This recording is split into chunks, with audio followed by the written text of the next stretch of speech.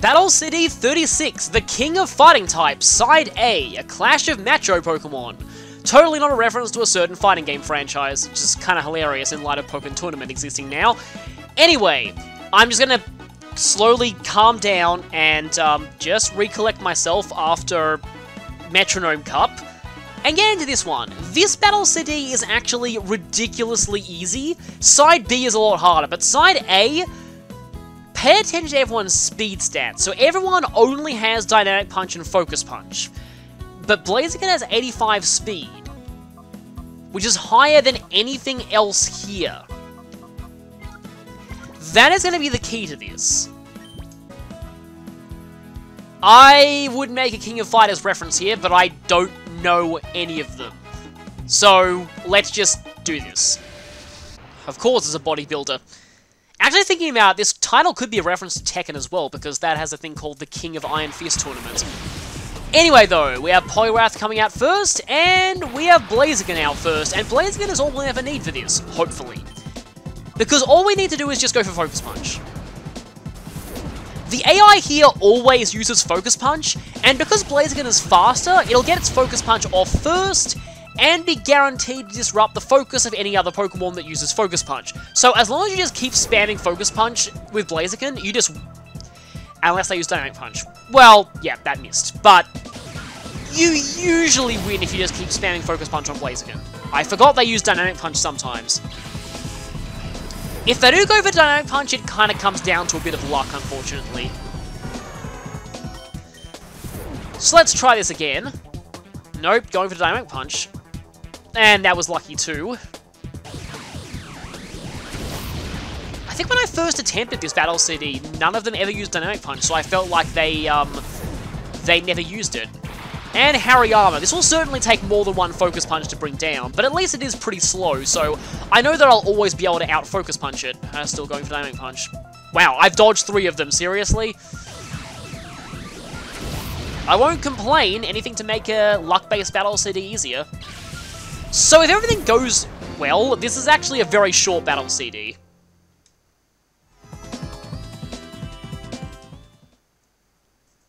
But it can get very, very luck-based thanks to the Dynamic Punches.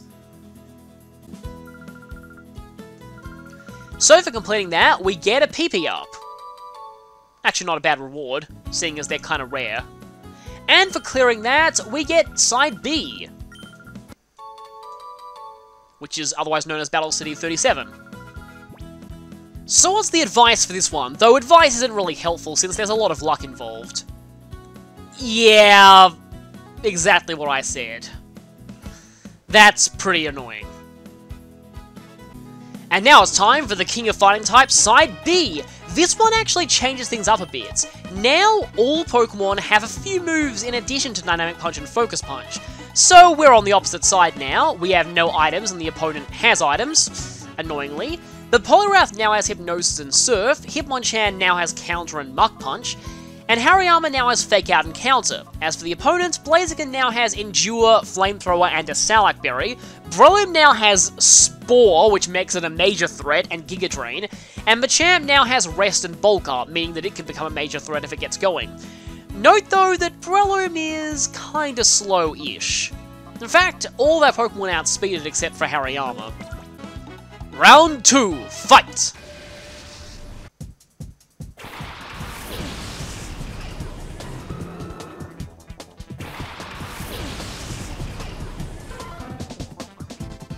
So, this one also mainly relies on luck for your opponents to miss their Dynamic Punches, but Poliwrath has a pretty good move for taking out Blaziken right off the bat, and yep.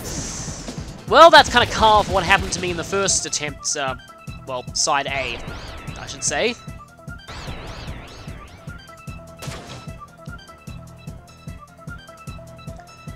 So, that's kind of a problem.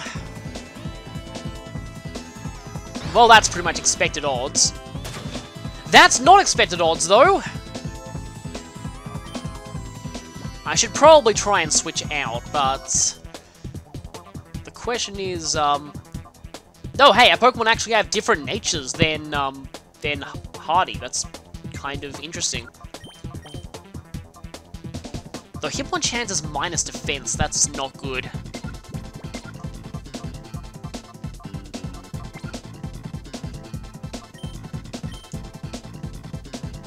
Why did you do that? That is really stupid.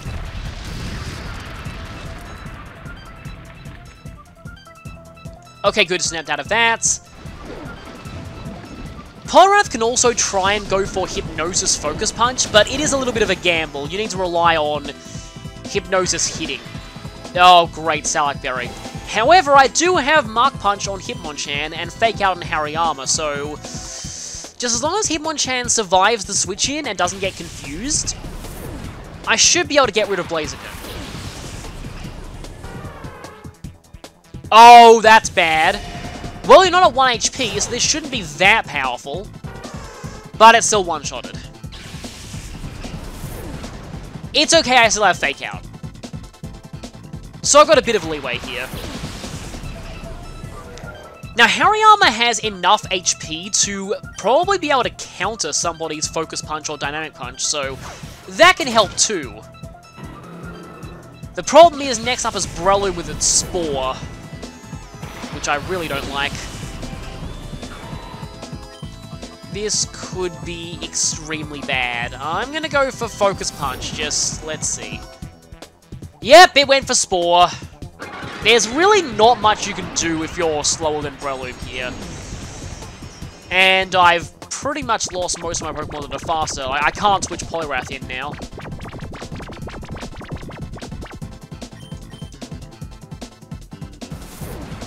And you hit Dynamic Punch.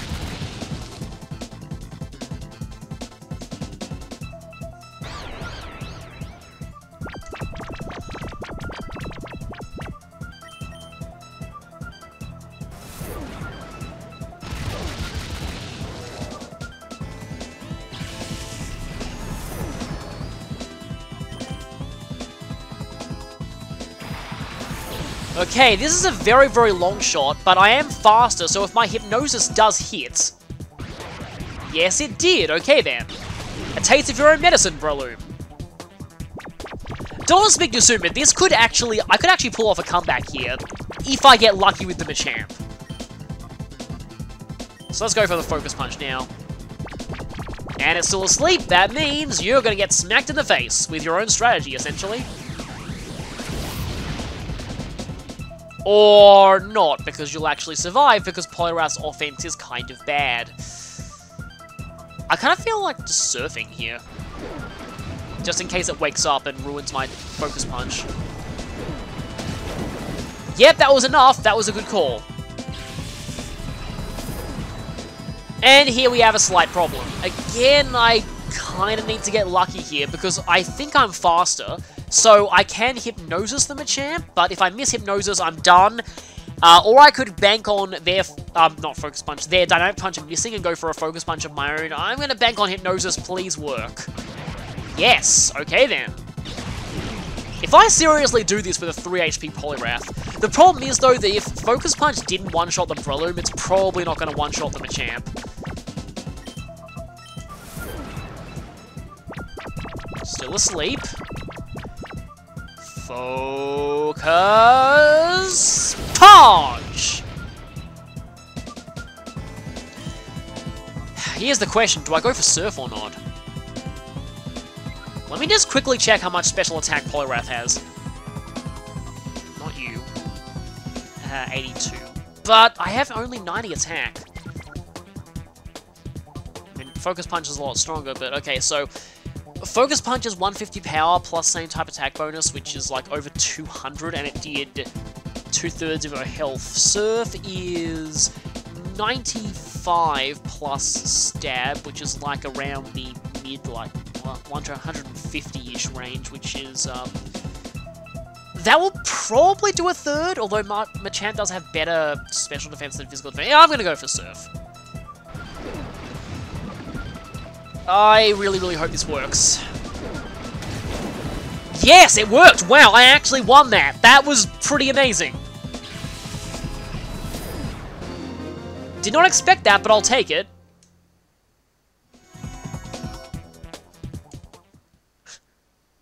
Actually, I won both rounds on my first try. So for winning that, what do we get? Another PB up. Kind of wish we got the team of Bulk Up out of that or something like that. I also got this, the advice for King of Fighting type Side B. That is pretty self-explanatory, and that's also kind of self-explanatory. Battle CD 38, Fossil Fandango Side A. All hail fossils, Pokemon French Unit arise again. Sorry about that. But anyway, we have the Kanto fossils versus the Hoenn fossils. So we have our Omanyte here. Everything here has Ancient Power, that's the main theme. Most of the other moves aren't that good, although Kabuto's Metal Sound might not be a bad option against certain Pokemon. Omastar with a pretty decent Ice Beam. Actually, it's going to be a lot more effective than its Ancient Power, and Kabutops. We're up against the Hoenn fossils with a very passive Lileep and almost as passive Credilli, although Bullet Seed does pose a massive threat to actually everything we have here. So that could be a problem. As well as the Anorith and Amaldo lines. Metal Claw also kind of... Actually, not really, because none of us are weak to it, but yeah. So there is kind of a core strategy that we have to use here. So it's Battle of the Ancients, or rather Battle of the Twitch Plays Pokemon memes versus the fossils that haven't quite established themselves as memes yet. It's actually pretty fitting that the Sim Trainer is a scientist for this one, although I could have sworn that on my last playthrough this CD took place in the Cave Pokespot, not the Rock one. Anyway, Lileep and Anorith come out first. I don't know, I still think Anorith looks oddly cute for some reason. Actually, so does Omanyte. I guess, and Kabuto as well. But anyway, the strategy for this thing, most people agree that you want to feint the Anorith line first. They're just a lot more powerful offensively. Well, that and you want to stall time because I think once the Lileep goes down, he ends up sending out Credilli, and you don't want Credilli's Bullet Seed to be happening until you're ready for it. So let's just double Ancient Power the Anorith. Also, Anorith is pretty fast. And that hurts quite a bit. So the thing with Rock-type moves is, Rock does not resist itself, so Anorith being Rock Bug is actually weak to Ancient Power. That was something that took me a while to realise when I first... Oh, great, Credilli did come out first. That changes things. That really changes things. Now that you're on the field... These two are not going to last much longer. Guess they can try and do what they can. Wonder if Tickle will help. Let's try and tickle the Credilli. And actually, Metal Sound might not be bad either. Unless it misses. Okay, if this hits Omanyte, then I did nothing that turn. Well, at least Omanyte got a turn in. But yeah, that was only one shot from Bullet Seed. I really wish that I'd got... Metal Sound off, because then I could Ice Beam Credilli and things would be so much easier. It's Lord Helix and Mini Helix.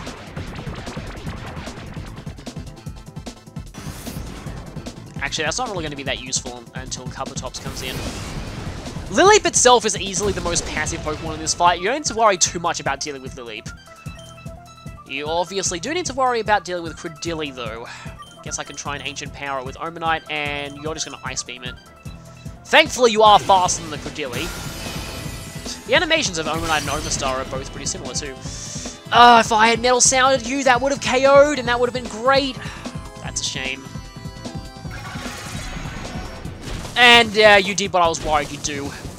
Well, at least you only hit twice. Now, let's see what this does. You are tickled, so... And that was a crit. Okay, then. Credilli is down, but we still have another big threat to go, the Amaldo. Amaldo is also kind of terrifying. Once it's down, though, Lileep alone is really just a joke, so you just have to make sure not to use special moves on it because it has Mirror Coat. Other than that, Lileep is kind of a joke, so the Amaldo is what we want to focus on here. Actually, Surf is not a bad option at this point. The problem is this will hit Leap, but I think Lileep just used Amnesia, so even if it does Mirror Coat, it'll be Mirror Coating back, not very much damage. Uh-oh. Well, that might do my job of taking out Lileep for me. But yeah, Earthquake is devastating to my rock types. I still have Kabutops. It's now down to Lord Dome to finish the job. I mean, I personally don't like those memes, but still, I mean, you know, gotta make jokes about them. Kabutops looks pretty bad in this generation. And thankfully that completely fails. Okay, here is the problem. Actually, Ancient Power should be able to knock out the Armaldo. I keep forgetting how fast Kabutops is. It's a shame. Kabutops is... Also, there's Fainted Omen. I know, I wanted to check Kabutops' stats. Kabutops is a really cool Pokemon, but it's one that I just don't see used very much, because its stats just aren't amazing. If I'm faster than Armaldo, though... Thankfully I am. Okay, then. And with you down, it's just Lileep, and like I said, Lileep is kind of a joke on its own. Especially after its own partner Earthquake did.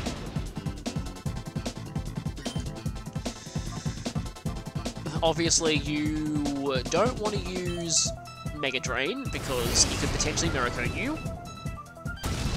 It was touch and go for a bit there, but I actually won that, surprisingly. Yeah, if Metal Sound had hit earlier, that would have been a lot smoother, because Ice Beam would have one-shotted the Credilli. Well, not one-shot, but Ice Beam would have finished off the Credilli. But anyway, Lord Dome saves the day. Take that, Cult of Helix. So for clearing that, we get Max Ether. You know what would be cool, is if there was actually a fossil revival place in this game, and you actually got fossils as a reward for completing these. Both Side A and Side B. That'd be pretty cool. Because yeah, for finishing this, we unlock Side B.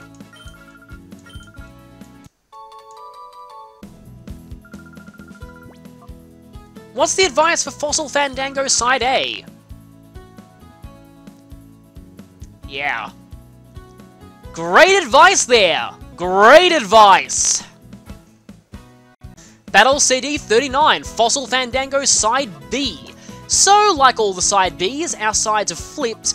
There are a couple of changes compared to Side A though. Lileep and Anorith both have totally new movesets. Credilli and Armaldo's movesets have not changed, but the movesets of Omastar and Kabutops have also changed slightly. Or Kabutops, kind of inconsistent how I tend to pronounce those. Omastar now has Waterfall instead of Surf, and I think Kabutops is pretty much the same. But one thing you might notice, the order is a bit different here. The opponent will be sending out the Evolve Pokemon first this time. So we need to play around that somehow. So, can the Hoenn Fossils defeat the Alliance of Helix and Dome? Let's find out.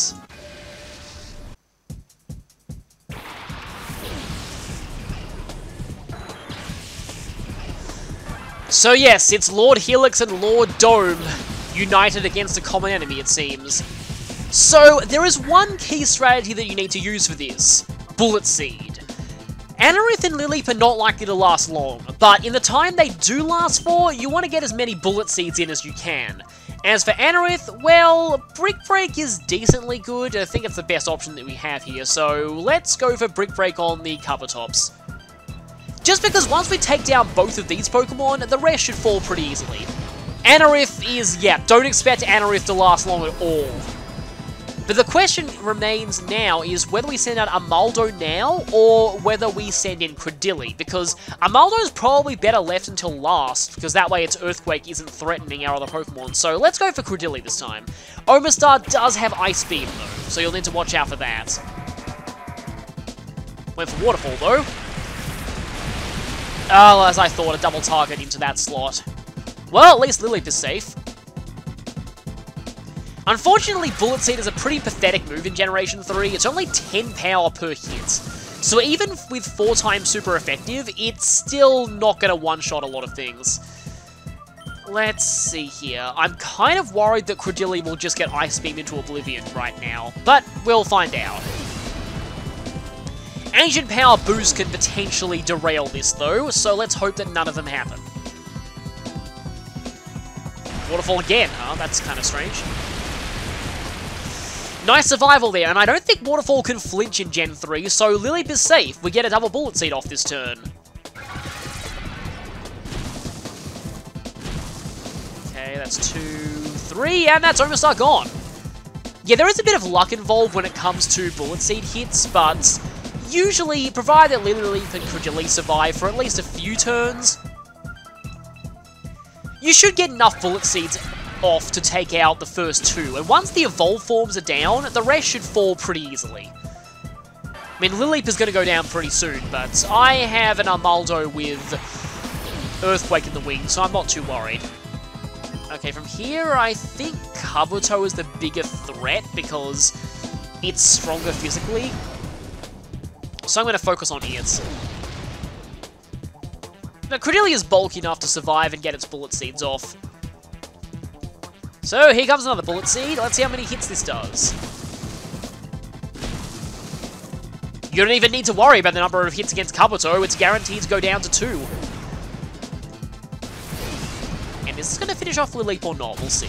Yes, it is. So, sadly, I lose Lillileaf here. I feel like it's almost impossible to do a no-casualties run of this because the initial 2 unevolved Pokemon, well, particularly Anorith, they're just not going to last very long at all. So, I'm not even going to go for Earthquake yet. I'm just going to go for another Bullet Seed with Credilli and Ancient Power with Armaldo. 2 evolved fossils against a single unevolved fossil. This is a pretty one-sided battle. You know, if anything, I actually find this easier than Side A. Because Bullet Seed is just so good here. One of the few times Bullet Seed is good in Gen 3, but still. Boop.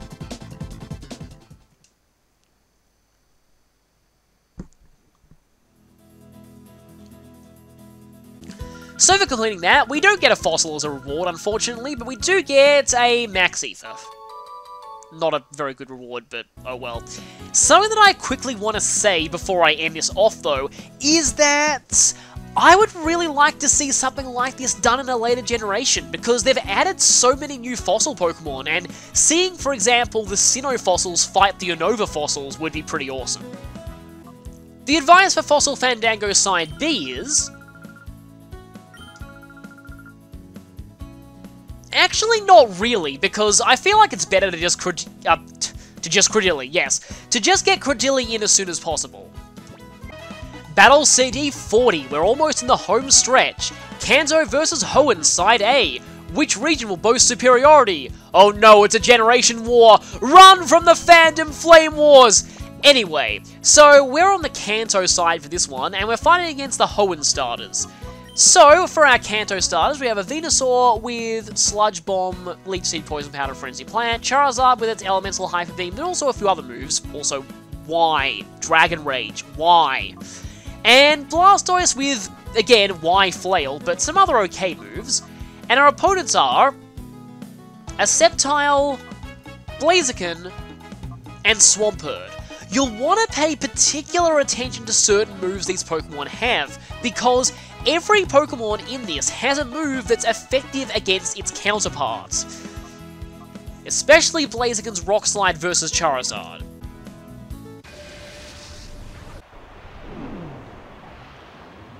Oh hey, we're actually in Relgam Tower this time, that's pretty cool. A lot of the latest CDs are set in Relgam Tower.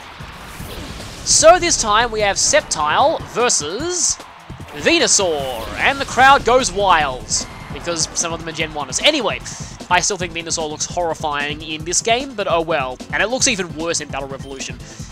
Anyway, there are 2 ways you can approach this. You can either try to switch to maintain type advantages, or you can rely on the moves you have that help beat your counterparts.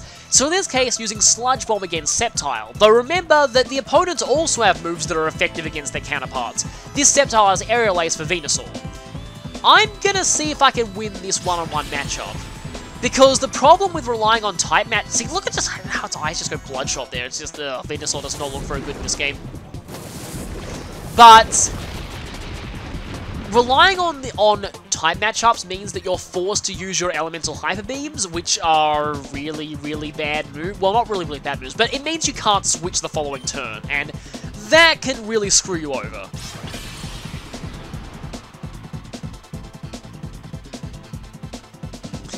Let's end this matchup quickly so I don't have to look at Venusaur again. The Venusaur looks good normally, but it just looks really, really bad in this game. And in Battle Revolution. In Battle Revolution, it looks like this Someone described it as a demented cross between a frog and a baby.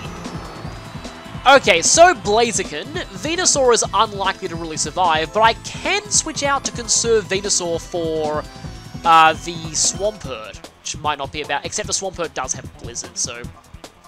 Oh yeah, Blastoise also looks weird here, because model by default doesn't include its cannons. Forgot about that.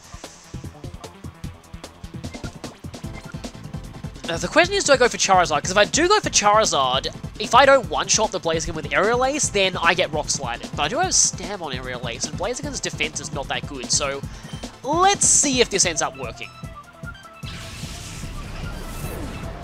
Like, I mean, if I lose Charizard here, it's not the end of the world, because it's not like there's much that it's actually good against for the remaining Pokemon. Ow, okay, that's not good. But I'm going to die to Rock Slide anyway, so it doesn't really matter. Let's just see how much Aerial Ace does. I mean, come to think of it, Charizard also looks pretty bad in this game. That did way less than I thought it would. And we get Rock Slided. So Blaziken pretty much always beats Charizard one-on-one, but it's fine, because you're not going to beat Blastoise one-on-one, at least hopefully not. Yeah, all three Kanto starters look terrible in this game. Blastoise, look, why aren't Blastoise's cannons part of its model? You only ever see Blastoise's cannons if it uses the move Hydro Cannon in this game, which is really a shame, because Blastoise looks really cool with its cannons out. Yeah, see, look, no cannons there. Just Blastoise looks stupid without the cannons. Yeah, I'm spending most of this ranting about how, like, I normally don't care about appearances in Pokemon, but just, oh, they ruined how the Kanto styles looked in this game. And thankfully, they're not really obtainable during the main storyline. I forgot if Swampert is faster than Venusaur should be faster, so I should be able to Frenzy Plant you regardless of what happens, but I guess I'll just... Yeah, I'm just going to go for Earthquake, even though that's not going to be that effective since you're pretty bulky physically. Yeah, very bulky physically. Because I don't want to switch Venusaur into that, because that would take out Venusaur.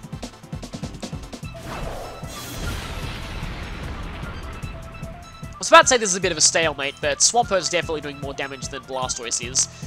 Let's see if Blizzard does something. See, no cannons for that either. And that almost did exactly as much as Earthquake did. I could go for Hydro Cannon just for cool points, but I kind of want to finish this with Frenzy Plant, because that's more cool points. Just because of the quad weakness. This battle really isn't that hard overall. Your Pokemon are all perfectly capable of handling their counterparts. Except for Charizard. Okay, Venusaur should be faster. If it's not, I'll be very, very surprised. The problem is Frenzy Plant can miss. So please don't miss Frenzy Plant. And yeah, Sludge Bomb's resistant, so that probably won't finish it off. Yeah, there we go. It does look pretty cool. Fun fact about Frenzy Plant, it's called Solid Plant in Colosseum for some reason, if you manage to transfer a Pokemon with the move over to that game. Because at the time Colosseum came out, those moves were in the data of Ruby and Sapphire, but they weren't usable by any Pokemon, so people were probably wondering what they were. Kind of like 1,000 Arrows and 1,000 Waves in X and Y. I understand why it was called Solid Plant there, because it's called Hard Plant in Japanese. Anyway, for that, we win a rare candy. Not a bad prize. And for completing it, we unlock Side B, as usual with most of these at this point. So let's see what advice we have here.